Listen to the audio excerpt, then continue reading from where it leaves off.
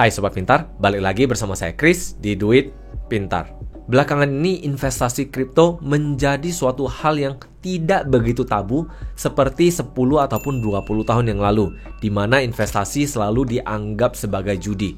Walaupun padahal investasinya di instrumen-instrumen yang cukup tradisional.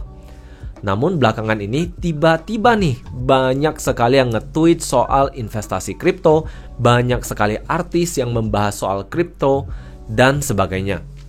Mungkin banyak sekali juga orang yang mulai penasaran, gimana sih cara memulai crypto investing ataupun investasi di kripto? Di episode hari ini, saya akan memberikan langkah demi langkahnya bagaimana cara menentukan diri kita untuk berinvestasi di mata uang kripto. Simak episode ini hingga habis ya.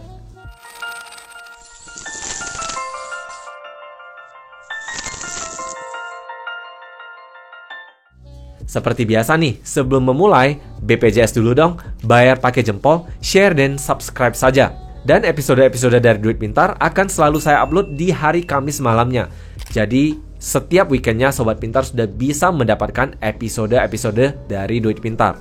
Namun, untuk segmen cryptocurrency akan saya upload setiap 2 kali 1 minggunya. Tujuannya agar Sobat Pintar bisa mendapatkan update mata uang kripto secepat mungkin. Mumpung nih masih ngetren, masih bagus, Sobat Pintar bisa belajar lebih banyak dalam waktu yang lebih singkat pula. Sebelum-sebelumnya kita sudah membahas mengenai apa itu mata uang kripto. Kita juga sudah membahas apa saja teknologi yang berada di belakang mata uang kripto. Kita juga sudah pernah membahas bagaimana perbandingannya antara emas dan juga Bitcoin. Dan juga yang tidak kalah penting yaitu kita sudah membahas dasar-dasar persiapan sebelum kita memulai investasi. Linknya akan saya berikan di kolom deskripsi, yang mana Sobat Pintar bisa akses kapan saja, supaya Sobat Pintar bisa merefresh ataupun mengingat kembali apa yang sudah pernah saya sampaikan. Sekarang mari kita mulai membahas mengenai crypto investing ataupun investasi di mata uang kripto. Konteks dari investasi kali ini adalah kita membeli kemudian menyimpannya dengan tujuan agar mendapatkan selisih kenaikan harga ini. Tentunya ini masih berpatok kepada mata uang biasa ataupun fiat currency, yaitu rupiah ataupun dolar. Sebelum kita secara buru-buru langsung menentukan diri kita untuk melakukan investasi di mata uang kripto, hal pertama yang menurut saya harus dilakukan adalah lakukanlah risk profile assessment, yaitu penilaian terhadap profil risiko. Kemudian, setelah kita mengetahui nih profil risiko kita seperti apa, apakah yang konservatif, moderat, ataupun agresif, baru kita tentukan apakah crypto investing ataupun investasi kripto ini untuk kita. Menurut saya nih, kalau misalnya kita jatuh dalam grup konservatif, maka menurut saya investasi kripto bukan menjadi pilihan yang tepat. Kecuali ada satu jenis investasi kripto yang akan saya bahas di episode berikutnya. Jadi Sobat Pintar ingat subscribe channel ini supaya Sobat Pintar tetap bisa mengikuti nih apa yang terbaru nantinya. Kalau misalnya moderat dan agresif, maka kita coba cari angka yang ideal untuk kita. Cara carinya juga sebenarnya nggak sulit-sulit sekali. Saya akan berikan caranya langkah demi langkah. Namun Sobat Pintar saya harapkan untuk mencatat bagian ini, dikarenakan menurut saya ini adalah bagian yang cukup penting untuk menentukan berapa jumlah investasi yang sesuai untuk kita. Dengan catatan kita bisa memprediksi nih kira-kira kalau misalnya adanya kenaikan ataupun penurunan sedemikian, maka kita tetap berada dalam investasi yang tidak membuat kita stres. Karena banyak sekali orang yang keliru bahwa investasi itu akan menimbulkan stres. Yang mana menurut saya ini adalah cara yang kurang tepat. Dikarenakan apabila kita berinvestasi dengan stres, maka akhirnya penghasilan utama ataupun pekerjaan utama kita akan menjadi terganggu. Ingat, stres itu muncul dikarenakan adanya risiko yang tidak bisa kita terima. Maka stres ini bisa mengganggu performa kita sehari-harinya. Cara hitungnya seperti apa? Cara hitungnya sangat sederhana nih. Jadi misalnya nih, katakan dari total portofolio investasi yang kita punya, katakan adalah 10 juta, maka tanyakan ke diri kita sendiri. Kira-kira nih, kalau minusnya seberapa banyak, kitanya nggak akan stres. Misalnya dari 10 juta, katakan, oh kalau mungkin dia turun 500 ribu dari 10 juta, maka saya nggak akan stres. Oke, Dari angka 500.000 ini, kalau kita investasinya di Bitcoin ataupun di Ether, maka kita bagikan dengan angka 30%. Jadi dari 500.000 bagikan 30%. Hasilnya adalah sekitar 1,67 juta. Kalau angkanya dapat sedemikian, maka itu adalah maksimal dari portofolio investasi yang boleh kita masukkan ke mata uang kripto. Kemudian, kalau misalnya nih, saya ingin berinvestasi tapi bukan di Bitcoin dan Ether, melainkan ke yang lain-lainnya. Maka dari angka 500.000 ini, bagikan dengan angka sekitar 50 atau 60%. Saran saya sih 60%. Maka katakan 500.000 dibagikan 60%, hasilnya Rp833.000. Maka itu adalah angka maksimal yang boleh kita investasikan ke mata uang kripto. Namun kalau mungkin kita memiliki profil risiko yang lebih tinggi lagi, saya oke nih, katakan minus 5 juta dari 10 juta yang kita miliki. Maka dari 5 juta ini dibagikan 30% kalau di Bitcoin dan Ether. Kalau misalnya di mata uang kripto yang lainnya, bagikan 60%. Maka ya hasilnya 8,3 juta boleh dimasukkan ke mata uang kripto. Efeknya bagaimana? Kalau misalnya kita investasikan sebanyak 8,3 juta di mata uang kripto selain Bitcoin dan Ether, maka kalau turun 60%, mudah-mudahan kita masih nggak stres. Tapi tentunya efek ke portofolio kita ini akan sangat besar sekali. Jadi perlu diingat bahwa mata uang kripto ini pergerakannya sangat volatile alias sangat liar. Maka akan jauh lebih baik kalau kita mengendalikan risikonya sejak awal. Jangan dikarenakan ingin kejar keuntungannya tapi lupa bahwa ada risiko yang terkandung di belakangnya.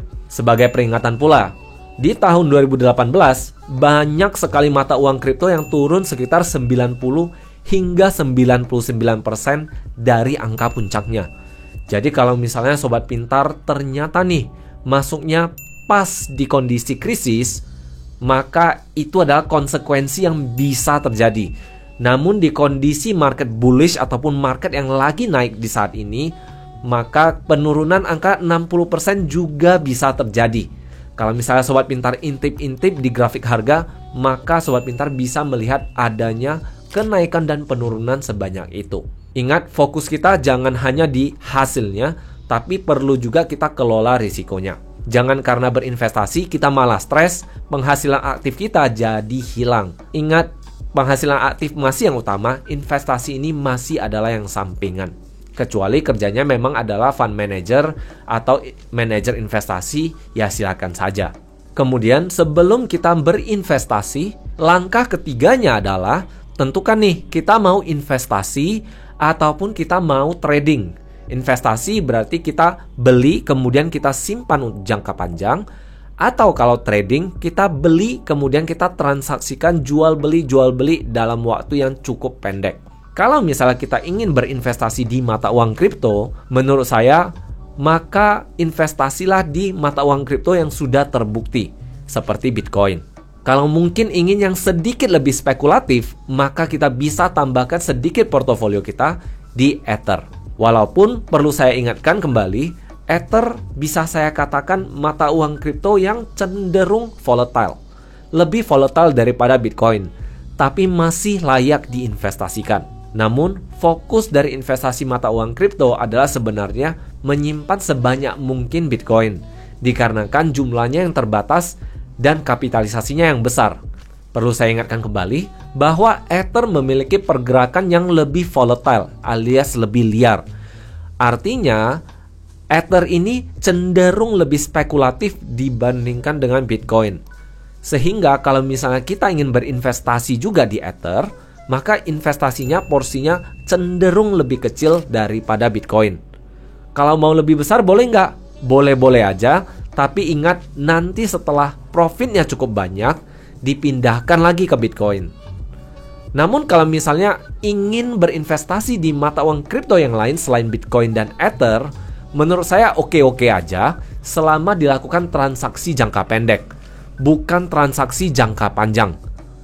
Karena seperti yang saya sebutkan tadi, mata uang kripto lainnya pernah turun sebanyak 90 hingga 99%. Artinya ini bisa membuat kita mengalami stres yang cukup berat kalau mungkin dana yang kita masukkan adalah dana yang cenderung besar sekali. Dan perlu diingat pula, investasi jangka pendek cenderung memiliki risiko yang jauh lebih besar dibandingkan investasi yang jangka panjang. Jadi kalau memang investasinya ingin jangka panjang, menurut saya nih, cukup bijak kalau misalnya kita melakukan dollar cost averaging ataupun beli cicil setiap bulan, setiap minggu, ataupun secara berkala. Tapi beli cicilnya hanya di Bitcoin dan Ether.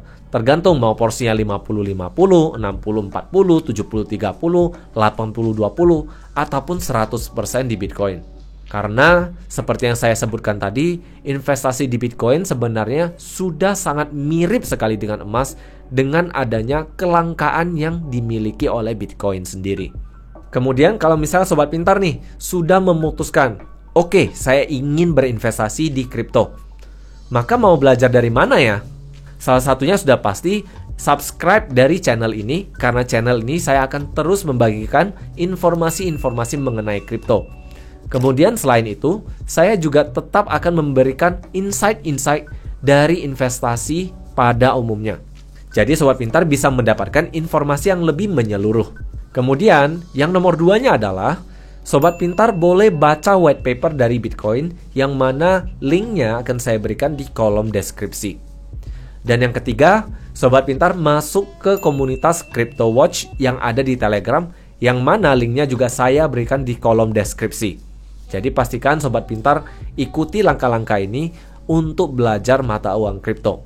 Tentunya semua ini gratis. Jadi sobat pintar tidak perlu ribut-ribut, tidak perlu bingung-bingung untuk mengeluarkan uang lagi untuk belajar.